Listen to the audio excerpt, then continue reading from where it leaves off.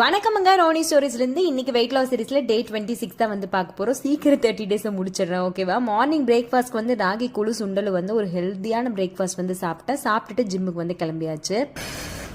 ஒரு ஸ்வெட்டிங் ஃபேஸாக இருக்கேன். இவ்வளோ நாள் நான் வந்து ஜாக் பண்ணவே மாட்டேன், மோஸ்ட்டாக ஜாக் பண்ண மாட்டேன். எனக்கு அது பிடிக்கவே பிடிக்காது, பயந்துப்பேன். என்னால் பண்ண முடியுமா.